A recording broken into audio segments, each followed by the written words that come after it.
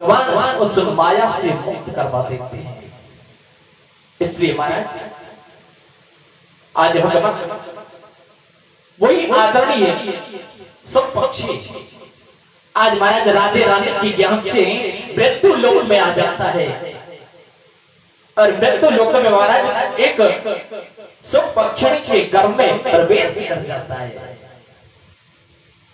और वहीं पर कौन है विराजमान है मेरे भोलेनाथ। एक दिन देव ऋषि नारद के मन में विचार आया, मैंने कल भी बताया आपको कि नारद ज्ञानम ददाति इति नारद, आज वही नारद यहाँ है। और ये भी कहा जाता है कि नारदो देवो दर्शनो भव, कि महाराज जिसको एक बार देव ऋषि नारद के दर्शन हो जाएं उसको भगवान के दर्शन अवश्य होते हैं। देव ऋषि नारद ने विचार किया क्यों ना, अरे मैं सभी में कभी किसी में झगड़ा करा दिया, कभी किसी में झगड़ा करा दिया महाराज, लेकिन महाराज आज के समय में नारदों की कोई कमी नहीं है महाराज। हर घर में आपको एक न एक नारद अवश्य मिलेगा। देव ऋषि नारद विराजमान है और कहने लगे मैं भगवान विष्णु में और मां लक्ष्मी में भी लड़ाई करा चुका हूं, इधर ब्रह्मांड में और ब्रह्मा में भी लड़ाई करा चुका हूं, लेकिन विचार करने लगे अहो कि हाँ मेरे मन में एक विचार आया है कि भोलेनाथ और मां पार्वती में कभी ऐसा संवाद नहीं हुआ। जैसे भगवान देव ऋषि नारद ने क्या किया, देव ऋषि नारद महाराज अपने यहां से चले, आज भोलेनाथ अपने भगवान कृष्णदेव का भजन कर रहे हैं गंधा में जाकर के, और जैसे ही आज देव ऋषि नारद मां पार्वती के पास में गए, जैसे ही जाकर के जब पहुंचे ना मां पार्वती ने देखा और देख करके कहने लगी अहो देव ऋषि नारद किम कारणम आगतो, अरे ऐसा कौन सा कारण है जो आप यहां आए। आजकल देव ऋषि नारद आपने आना जाना बंद कर रखा है। देव ऋषि नारद कहने लगे कि हो मैया क्या बताएं कि मैया ये संसार बहुत मतलबी संसार है, क्योंकि इसलिए हमने सबके पास में आना जाना बंद कर रखा है। मां पार्वती देव ऋषि नारद को महाराज सुंदर से थाल में मोदक लेकर के आई कि हे देव ऋषि नारद प्रसाद ग्रहण कीजिए। जैसी प्रसाद ग्रहण किया और देव ऋषि नारद कहने लगे कि हो मैया, अरे क्या बात है, चारों तरफ निगाह पसार करके देखा कि मैया अरे भोलेनाथ कहां है। कहने लगे कि हे देव ऋषि नारद जो भोलेनाथ है ना अपने भगवान अपने इष्ट देव का भजन करने के लिए गए हुए हैं। कि अच्छा मां, जैसे ही कहा कि मैया इसलिए हम किसी के पास में आते जाते नहीं है, क्योंकि कोई क्या कहता है, कोई मैया तेरी मेरी करता है, कोई किसी के बारे में फालतू बात करता है, इसलिए आना जाना छोड़ रखा है मां। आज भगवान कहने लगे कि राजन देव ऋषि नारद ने कहा कि मैया ये संसार है, एक मतलब का संसार है, स्वार्थ का संसार है।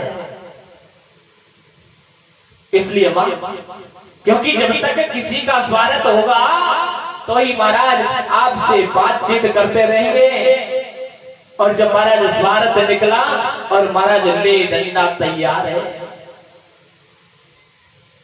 माता कहने लगी कि नहीं देव ऋषि नारद ऐसा तो नहीं है, अरे हमारे जो भोलेनाथ है ना कि महाराज वो तो ऐसे नहीं कि गोपनीयम गोपनीयम कि गोपनीयम ब्रह्मणोचनते, कि हे देव ऋषि नारद जो भोलेनाथ है ना अरे उन्होंने हमसे महाराज गोपनीय से जो गोपनीय बात होती है ना, उसको भी महाराज हमको आके कह देते हैं। और वो गोपनीय बात कौन सी कि महाराज और तो और, अरे जो गुरु भगवान ने जो मंत्र दिया वो भी हमें आकर के सुना दिया कि अच्छा मां कि हाँ, अरे जब वो अपने इष्ट देव का दर्शन करते हैं ना, तो हमसे आकर के कह देते हैं कि देवी आज हमने हमारे भगवान का दर्शन किया। देवी ऋषि नारद ने विचार किया कि मां आप सत्य कहती हो, लेकिन भैया हो एक बात बताओ कि कहिए देवी ऋषि नारद क्या बात है? अरे आपको कभी भोलेनाथ ने और कुछ बताया कि हे देवी ऋषि नारद क्या? अरे जो भोलेनाथ है ना, जिनके महाराज गले में जो मुंडों की माला है, उसके बारे में कभी बताया आपको?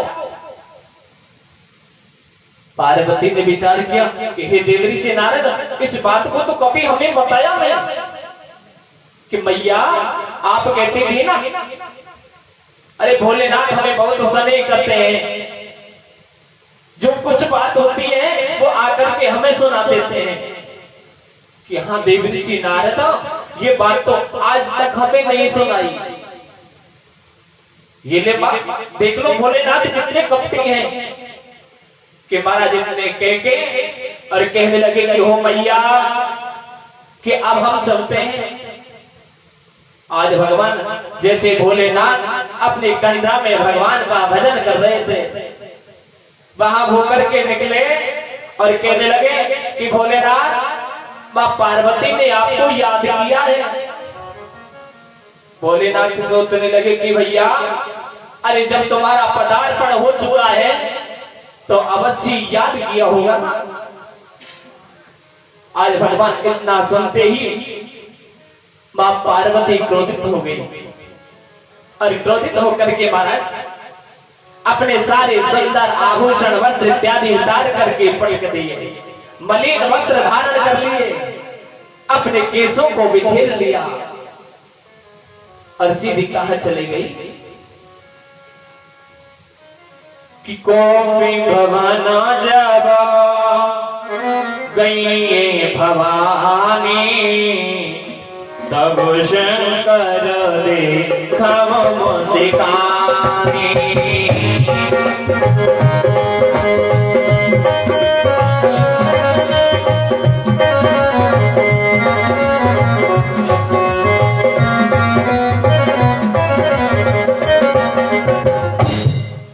कि कोप भवन जब गई भवानी, तब शंकर देखो मुस्कानी। कि महाराज पहले कोप भवन थे राजा महाराजाओं के समय में, लेकिन महाराज अब कोप भवन नहीं कि महाराज ये कलयुग है ना।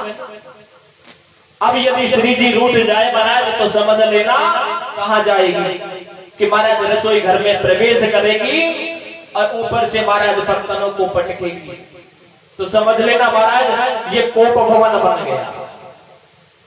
जैसे भोलेनाथ आए और आकर के देखा मां पार्वती नहीं दिखी ना, तब जैसे महाराज जब कोप भवन में प्रवेश किया और देखा क्या बात है, अरे देवी आज आप इतनी क्रोधित क्यों, किम कारण? अरे ऐसा कौन सा कारण है कि आप हमें बताइए। कि महाराज जैसे भोलेनाथ हाथ लगाए, पार्वती कहने लगी कि रहने दीजिए स्वामी, आप मुझसे बात नहीं कर सकते।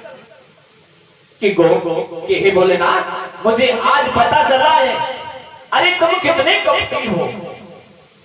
भोलेनाथ कहने लगी कि देवी क्या बात है, अरे हमने सब कुछ आपको कहकर के सुनाया और आप हमसे कहती हो आप कपटी हो। अरे ऐसा हमारे अंदर कौन सा कपट देखा कि नहीं स्वामी। आज भगवान भोलेनाथ ने ध्यान लगा करके देखा कि तबे शंकर दे धर ध्याना, वह यहाँ रे ऋषि नारद गाया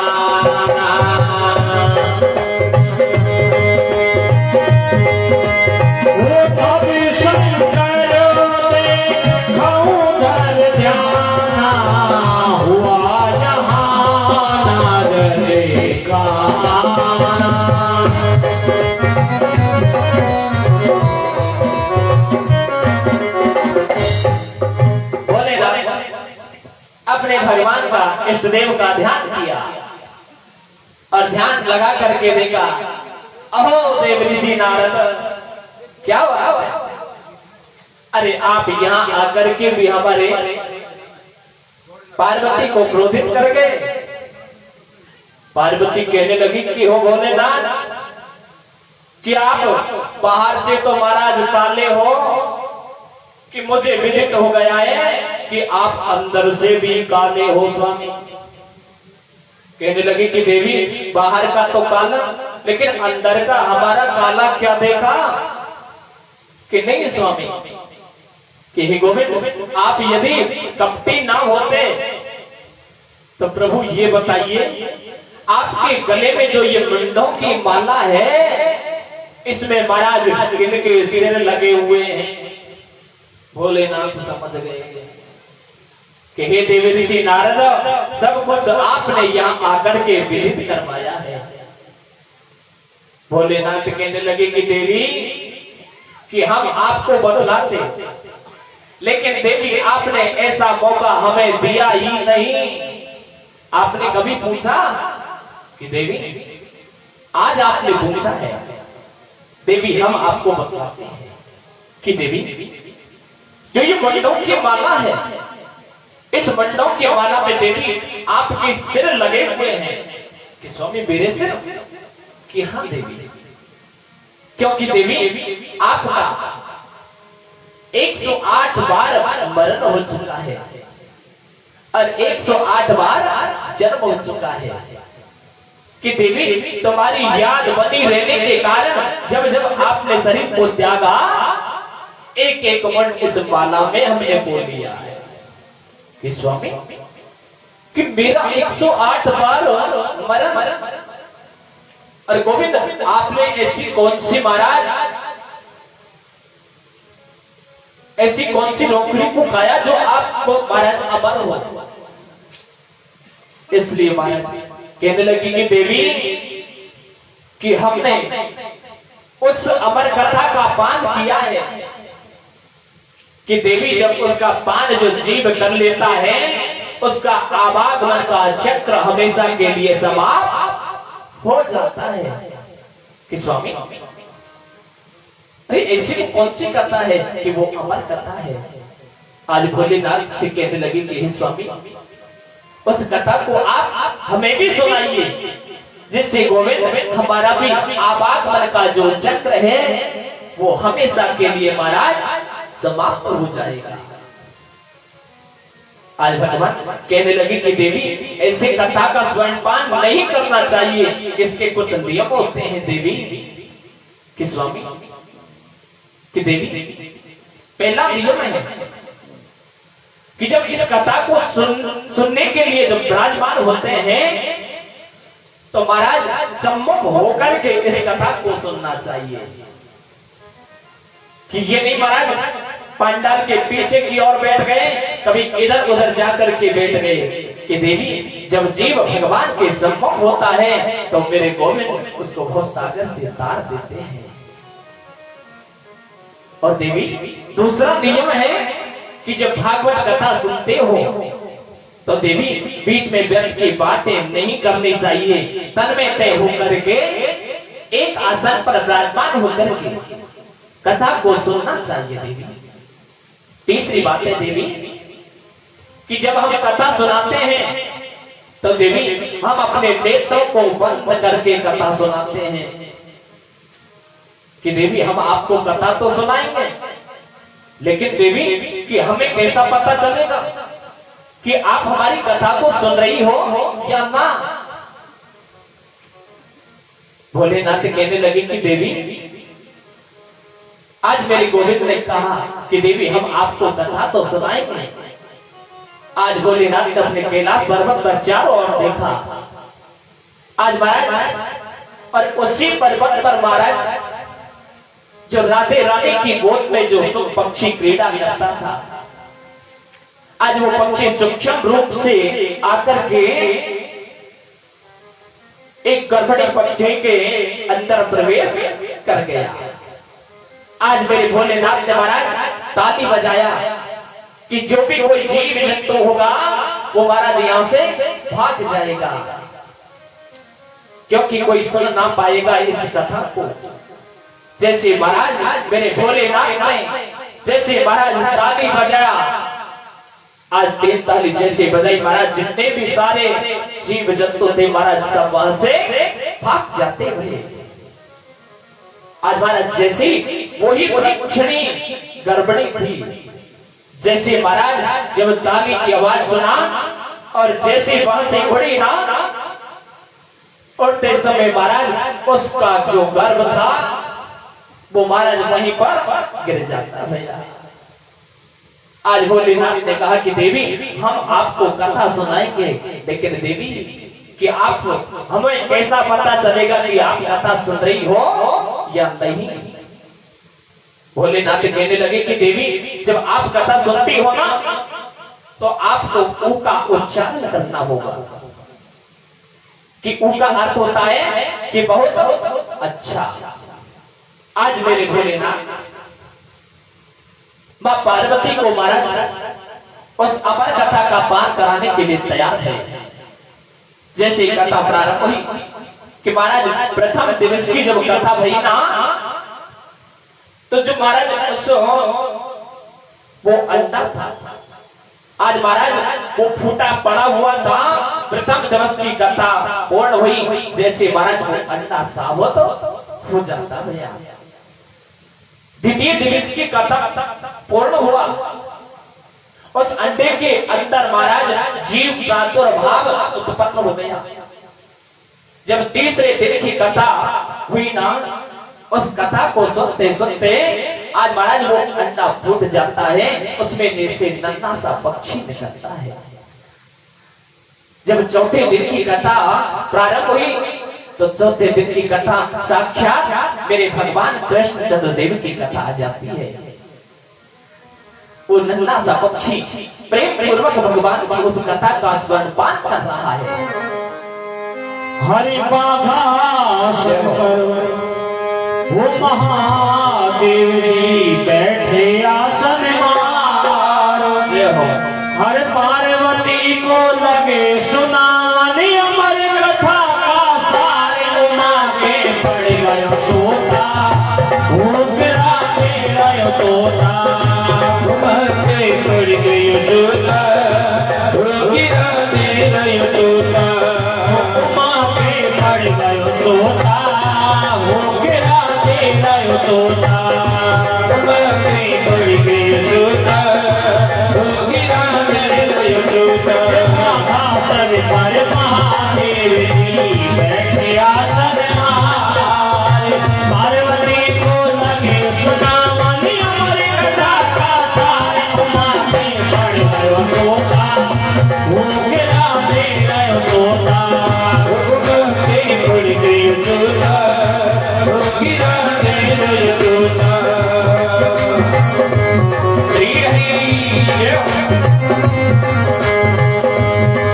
हरि गौरों ने हटकी ना, ये शिव ने युक्ति बनाई, गौरों ने हटकी ना, शिव मत में युक्ति बनाई। हरि गौरों ने हटकी ना, ये शिव ने युक्ति बनाई, गौरों ने जब हटकी ना, शिव ने ये युक्ति बनाई। जंगल सुना करने की ये मन में बात है आई, जंगल सुना करने की ये मन में बात है आई। और सत्य भयंकर सुन कर देखो, सत्य भयंकर सुन कर देखो, जंगल हो उजाड़, अरे हाँ जंगल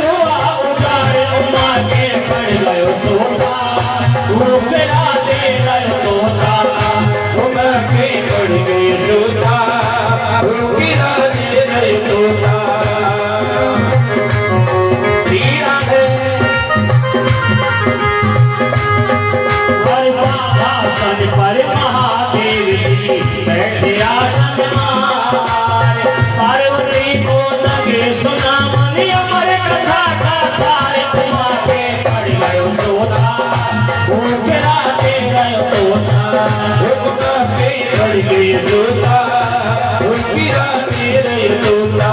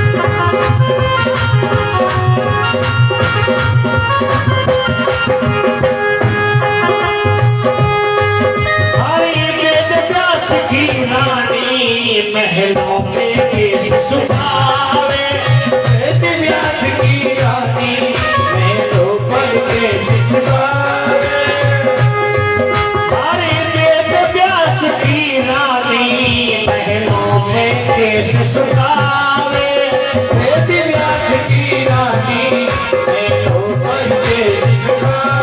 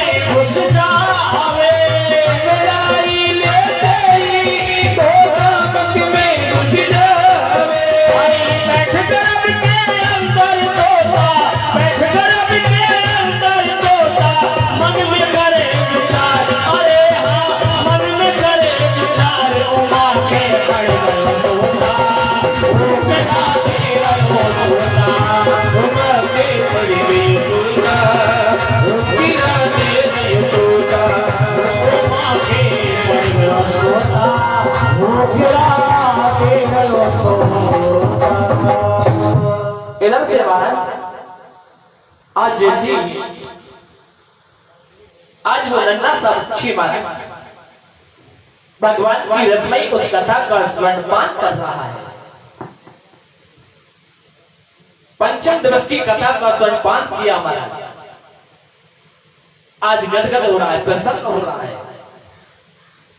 छठी दिन की कथा को सुना आज महाराज कि भोलेनाथ ने महाराज ऐसे कथा नहीं सुनाई कि महाराज कभी शाम के 6 बज जाए, कभी 7 बज जाए, कभी 8 बज जाए। आज लगातार कथा का स्वर्णपान किया जा रहा है। आज भगवान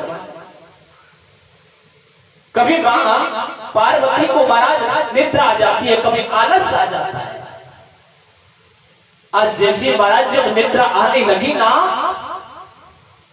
कि भगवान कहने लगे कि देवी कि योग विन्यासे योग स्वामी आगत, कि उद्धव से भगवान कहते हैं कि उद्धव कि योग के अधीश्वर कौन है, कि योग के अधीश्वर है मेरे भगवान श्री हरि कृष्ण। अपनी योग माया को योग माया के अनुसार जीव को नचाते हैं। आज भगवान जैसे काना तो इधर से योग के बारे में जब उद्धव को बताते हैं तो मां पार्वती को निद्रा देवी घेर लेती है। आज पक्षी ने निगाह पसार करके देखा और देख करके कहने लगी कि मां पार्वती को निद्रा देवी ने घेर लिया, अब उसका उच्चारण कौन करेगा। आज भगवान मेरे भोलेनाथ के नेत्र बंद रहे और प्रेम पूर्वक भगवान की रसमयी कथा का स्वर्णपान करवा रहे हैं। आज नन्हा सा पक्षी वहीं पर बैठा हुआ उनका उच्चारण कर रहा है।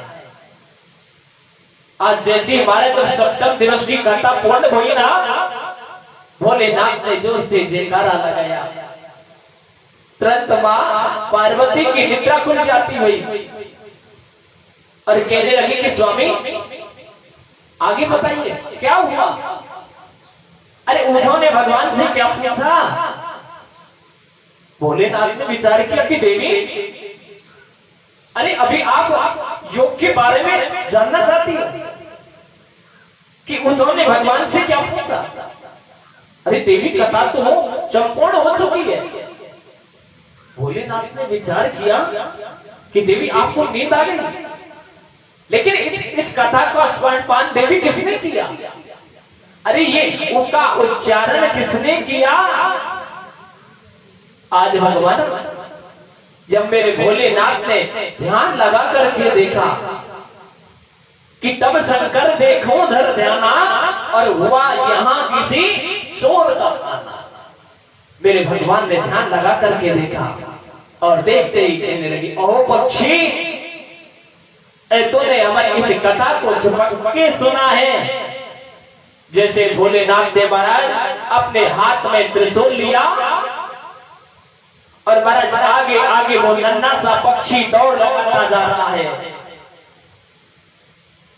कहते हैं कि आगे कीरी पाछे त्रिपुरारी और कीरी गयो जहां बाले मुरारी, कि आगे कीर पाछे त्रिपुरारी और कीर गयो जहां बाल मुरारी। आज वो नन्हा सा पक्षी आज भगवान के धाम पहुंच जाता है और जाकर के कहने लगा कि त्राही मां कि हे गोविंद आप मेरी रक्षा करो। कहने लगे कि अरे बालक अरे क्या बात है।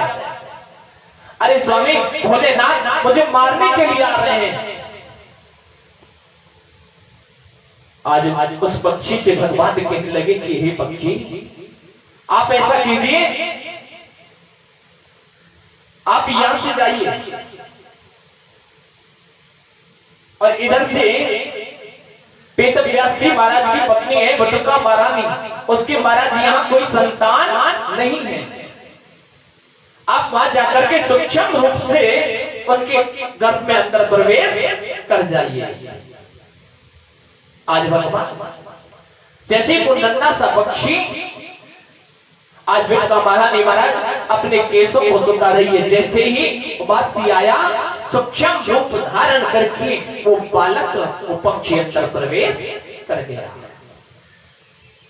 आज जैसे भोलेनाथ आए ना और भगवान विष्णु से कहने लगे हे गोविंद आपने अभी एक चोर को आते हुए देखा। राधे राधे। भगवान कहने लगे कि अरे भोलेनाथ क्या बात है। अरे ऐसी आपकी किस चीज की चोरी की कि मेरी अमर कथा की चोरी की है उस पक्षी ने। अरे इस अमर कथा को सुनने से क्या होता है।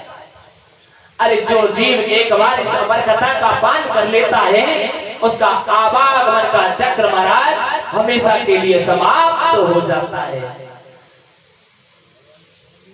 इधर से कहने लगे कि अरे भोलेनाथ, अरे जैसा तुम्हारा नाम है उसी प्रकार से तुम्हारे अंदर गुण है महाराज। अरे तुम देखो तो सही, जब उस जीव ने, उस पक्षी ने महाराज तुम्हारी अमर कथा का पान किया तो आप उसको कैसे मार सकते हो? भोलेनाथ कहने लगे कि आप सत्य कह रहे हो। भोलेनाथ महाराज अपने वापस चले जाते भाई।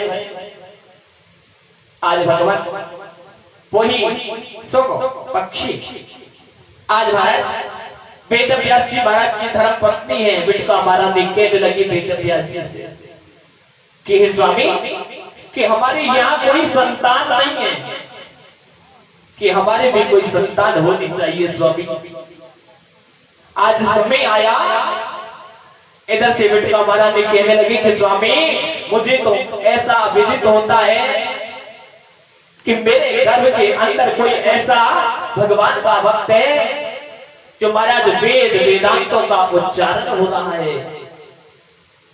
जैसे वेद व्यास जी महाराज ने विचार किया, अपने कर्णेंद्री को लगाया और लगा करके कहने लगी कि देवी, कि हाँ सत्य ही कोई भगवान का ऐसा भक्त है।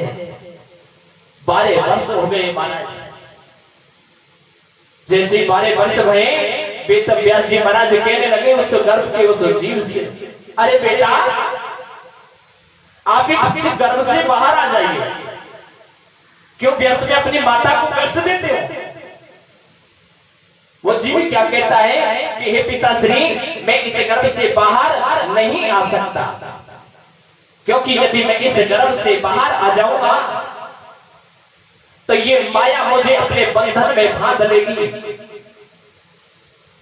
वेद व्यास जी कहने लगे कि हे बेटा, मैं तुम्हें वचन देता हूं कि तुम्हारे ऊपर कोई माया का असर नहीं पड़ेगा, कि नहीं कहो। जब स्वयं मायापति भगवान विष्णु मुझसे आकर के कहेंगे तो ही मैं इस गर्भ से बाहर आ सकता हूं, अन्यथा नहीं आऊंगा। स्वयं मायापति भगवान विष्णु आए और आकर के कहने लगे कि हे बालक, आप इस गर्भ से बाहर आ जाइए, तुम्हारे ऊपर कोई माया का असर नहीं पड़ेगा। वही सुखदेव मुनि महाराज 12 वर्ष के बाद अपने माता के गर्भ से बाहर आकर और सीधे महाराज भजन करने के लिए कि डट जाइए। अरे डटिए बेटा, कि आप हमें छोड़ करके कहां जाते हो? लेकिन महाराज इतनी शक्ति वेद व्यास के अंदर नहीं जो अपने पुत्र को वापस लौटा करके ला सके। आज भगवान इधर से महाराज सूची महाराज कहते हैं 88,000 संकट कृषियों से कि हे ऋषिवरों, कि मोचा ज्ञानम प्रजारोपम कि बलिष्ठा कर्मणो गति कि धीमितं राजनो सर्वश्रेष्ठतम कि मानते हरियायतम। कि हे राजा, आज कोई भगवान, आज मायापति भगवान की कृपा से बोधी हो वो पक्षी सुखदेव हो, आज भगवान भजन करने के लिए चले गए। इधर कहते हैं सूची महाराज कहते हैं 88,000 ऋषियों से हे ऋषि बनो, सबसे पहले आपने जो प्रश्न किए थे, कौन से? कि आपने जो 6 प्रश्न किए मुझसे, और प्रश्नों का उत्तर देने से पूर्व मैं अपने भगवान श्री सुखदेव मुनि का आवाहन करना चाहता हूं। और कहने लगे कि हे ऋषि बनो, आपने सबसे पहले प्रश्न किया कि मानव के लिए परम धर्म क्या होता है, कि मानव के लिए परम धर्म क्या है? मानव के लिए परम धर्म कहा जाता है कि भगवान श्री हरि कृष्ण के चरणों में उसका मन लग जाए, उसकी प्रीति अधिक बढ़ जाए, चिंतन बढ़ जाए, यही मानव का परम धर्म होता है। और दूसरा प्रश्न आपने किया कि भगवान की भक्ति भी करनी चाहिए। वो भक्ति कैसी कि निष्काम भाव से, कोई अपने मन में कोई भावना नहीं होनी चाहिए।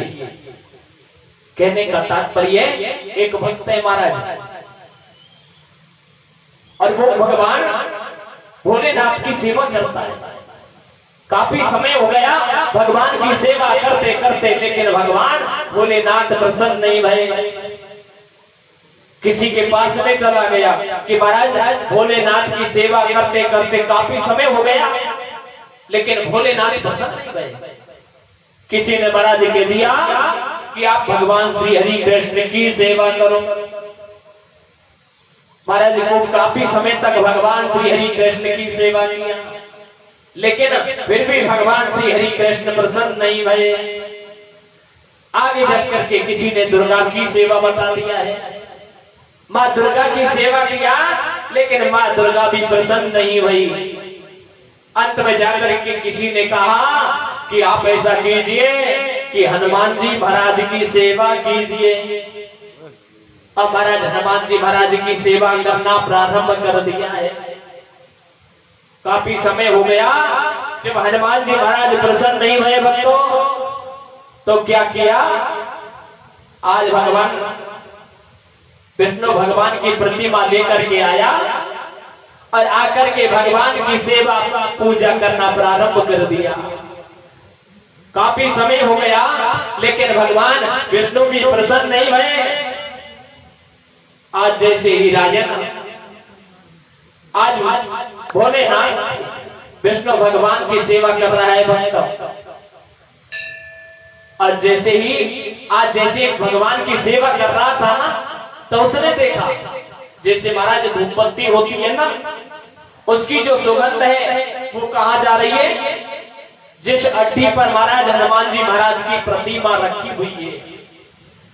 आज भक्त ने देखा कि मुझे विदित हो गया है, अरे मेरे भगवान विष्णु प्रसन्न क्यों नहीं रहे, क्योंकि ये सुगंध को कौन ले रहे हैं, हनुमान जी महाराज ले रहे हैं महाराज, इसलिए भगवान विष्णु प्रसन्न नहीं भये। तुरंत महाराज हनुमान जी महाराज की प्रतिमा को उतारा, और उतार करके महाराज हनुमान जी महाराज की नासिकाओं में रुई लगा दिया है। जैसे जब रुई लगाया, और रुई लगा करके साक्षात उसी प्रतिमा के अंदर से हमारा साक्षात हनुमान जी महाराज प्रकट हो जाते हैं। जैसे ही देखा कि प्रभु आप, अरे इतने दिन हो गए भगवान की सेवा पूजा करते करते, लेकिन कोई नहीं देवता प्रसन्न नहीं हुआ। भगवान कहने लगे कि हे भक्त, कि मैं आज आपसे प्रसन्न हूं। क्यों? क्योंकि आपको आज विश्वास हो गया है मेरे प्रति कि इस सुगंध को मैं स्वयं ले रहा हूं।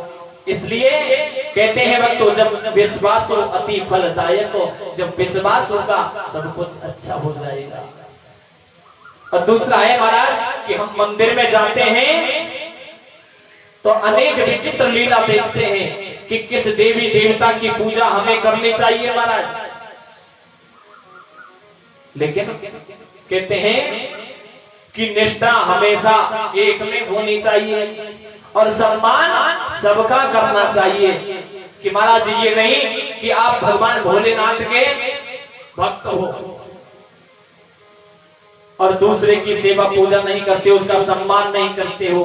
कहते हैं जब नई दुल्हन घर आती है तब वो अपने पति के पीछे आती है ना, अरे वो वहां आकर के अपने सास ससुर की क्या जूता देगी?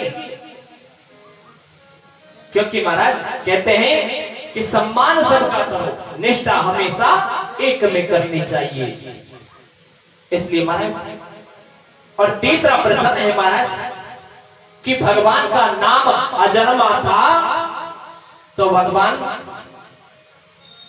यहाँ जन्म, राजा दशरथ के यहाँ जन्म लेकर के क्यों आए, पुत्र बनकर के क्यों आए? कहते हैं कि जब जब हो धर्म की हानि, जब जब हो धर्म की हानि, बाधैया दोनों अधैया विपानी,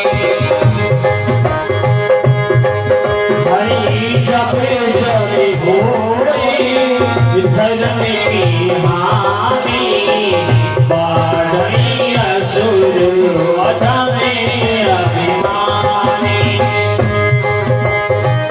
श्री राम जय राम जय जय राम, श्री राम जय राम जय जय राम। ओ मंगल भवानी मंगल हारी, प्रभु दशरथ अजिर बिहारी। जब जब होइला रमे की हानि बाढ़ई असुर अधमे अभिमानी। इसलिए भगवान कहते हैं कि जब जब होई धर्म की हानि और बाढ़ई असुर महा अभिमानी। जब जब महाराज धर्म की हानि होती है तब तब महाराज इस पृथ्वी पर अधिक दुष्ट हो जाते हैं। उनका संहार करने के लिए, उनका वध करने के लिए, मां पृथ्वी का भार उतारने के लिए भगवान अवतरित होकर के आते हैं।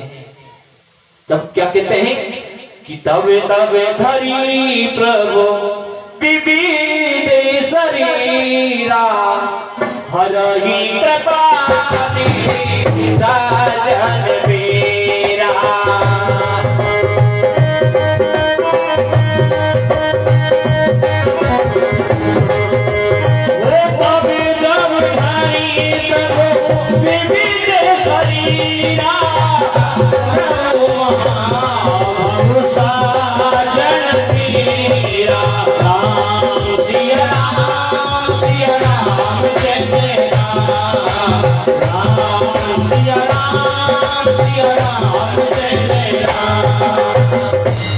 इसलिए भगवान कहते हैं राजा सूची महाराज कहते हैं 88,000 ऋषियों से कि हे ऋषि वरों, इसलिए भगवान के महाराज 24 जो अवतार हैं, सनंदन सनातन सनत कुमार, 12 अवतार संत नारद और नारायण, भगवान कपिल देव, दत्तात्रेय जी भगवान, यज्ञदेव भगवान, ऋषभ देव जी भगवान, पृथु अवतार, मत्स्य अवतार, कश्यप अवतार और धनवंतरी अवतार, मोहिनी अवतार, श्री नरसिंह अवतार, वामन अवतार, मेरे भगवान परशुराम जी का अवतार, महर्षि वेदव्यास जी का अवतार, आदरणीय प्रभु श्री राम, इधर बलराम जी शेषनाग के अवतार, मेरे कन्हैया का अवतार और हरि अवतार, हंस अवतार, बुद्ध अवतार और कल्कि अवतार जो अभी होगा। ये 24 अवतार मेरे गोविंद के हैं। इसलिए कहते हैं भगवान ने महाराज जितने भी अवतार लिए राजन, कहते हैं कि भगवान एक है। कहते हैं बहुत से कह देते हैं कि मेरे भोलेनाथ अलग हैं, विष्णु भगवान अलग हैं, लेकिन कहते हैं कि राम कैसे दो एक हैं, अरे अंतर नहीं निवेश, इनके नयन गंभीर हैं, इनके जबरों में से। इसलिए महाराज राम कृष्ण दो एक हैं, अंतर नहीं निवेश, और इनके नयन गंभीर हैं, इनके चपल विशेष। राम कृष्ण दो एक हैं महाराज, क्योंकि कहते हैं भक्तों राम के नेत्रों में गंभीरता है और मेरे भगवान श्री हरि कृष्ण के नेत्रों में चपलता है। कहते हैं सज्जनों, जो राम ने जीवन में जो अनुभव किया और कृष्ण ने महाराज उसी को जीवन में गाया है। एक बार श्री तुलसीदास जी और सूरदास जी दोनों में वार्ता हुआ। इधर महाराज तुलसीदास जी कहते हैं कि मेरे भगवान राम बड़े हैं, इधर सूरदास जी कहने लगे कि नहीं, कि मेरे भगवान कृष्ण बड़े हैं।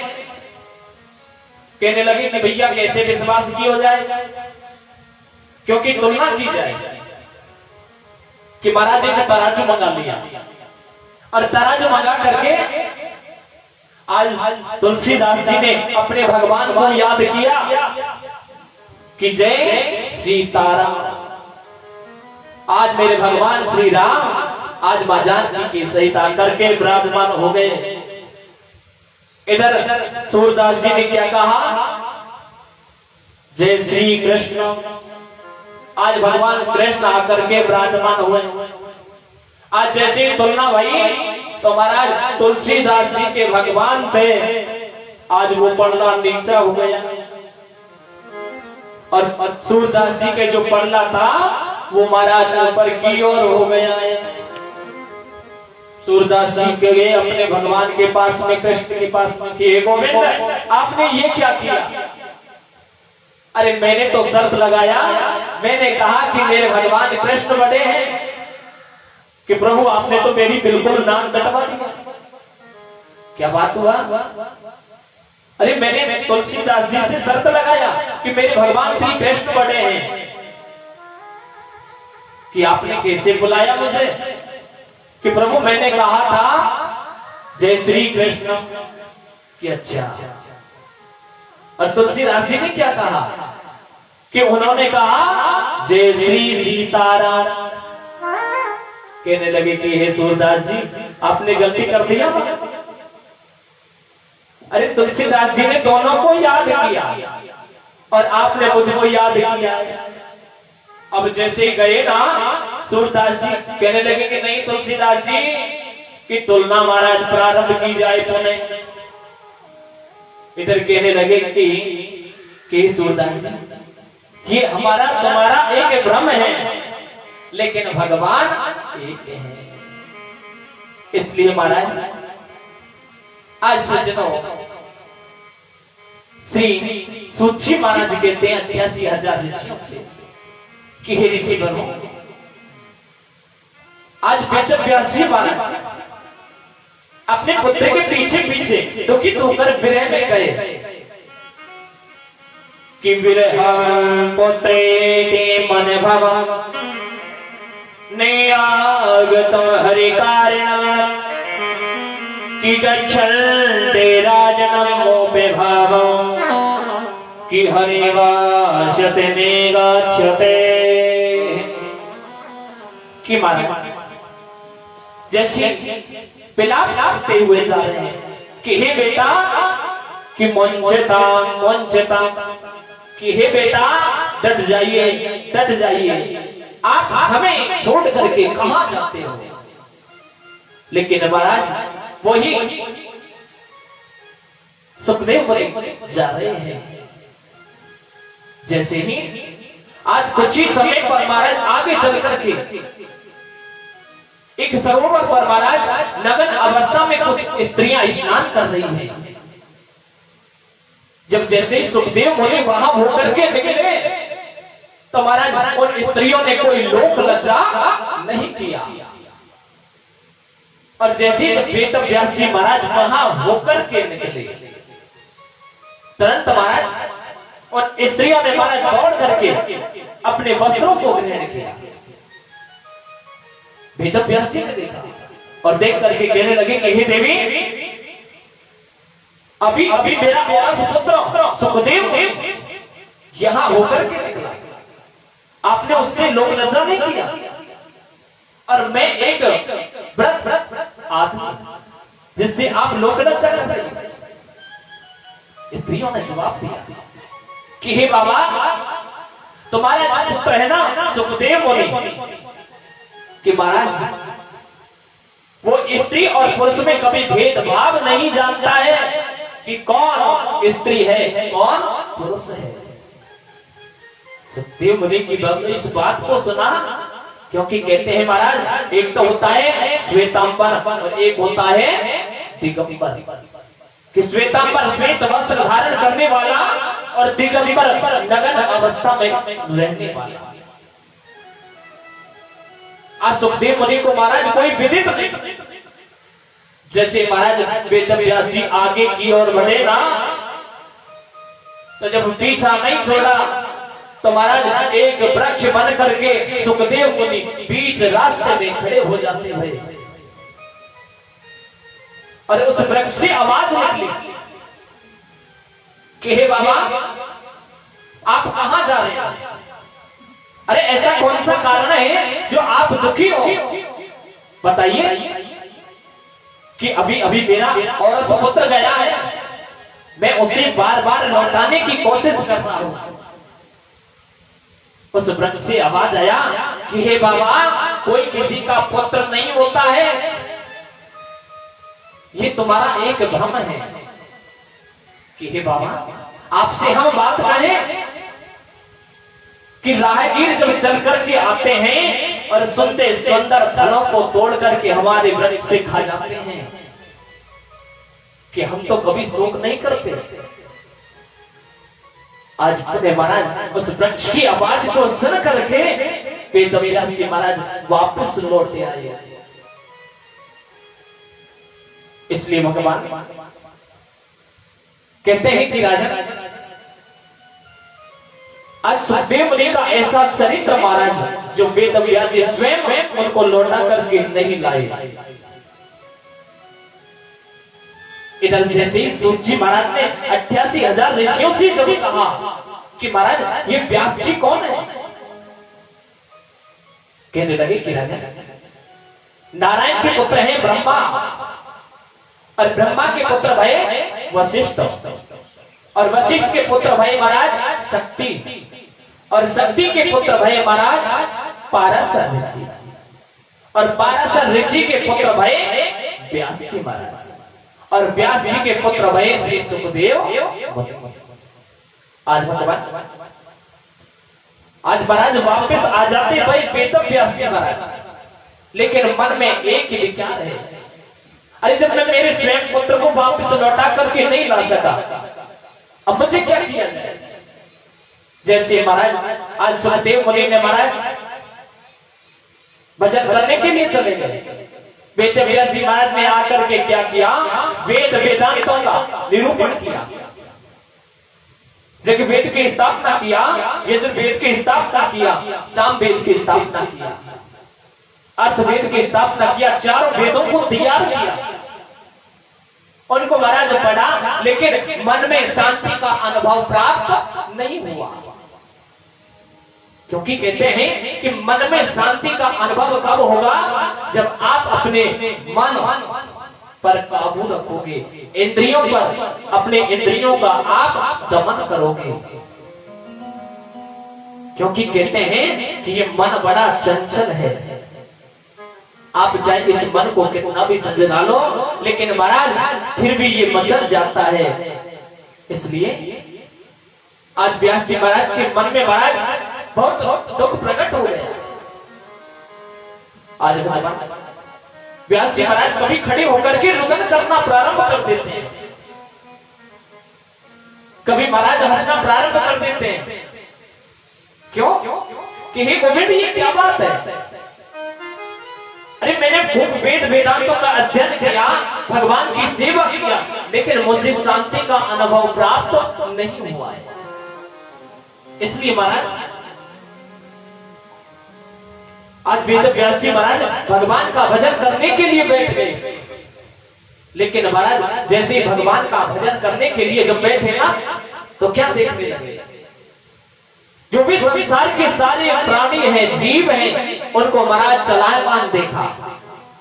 कोई अपने बच्चों के साथ में भ्रमण कर रहा है, कोई अपने बच्चों के साथ में खेल रहा है, कोई अपनी पत्नी के साथ में विराजमान है। देख करके महाराज फिर से भजन में ध्यान नहीं लगा। आज भगवान जैसे खड़े हुए, उसी समय आज देव ऋषि नारद का पदार्पण हुआ कि देव ऋषि नारद आगतम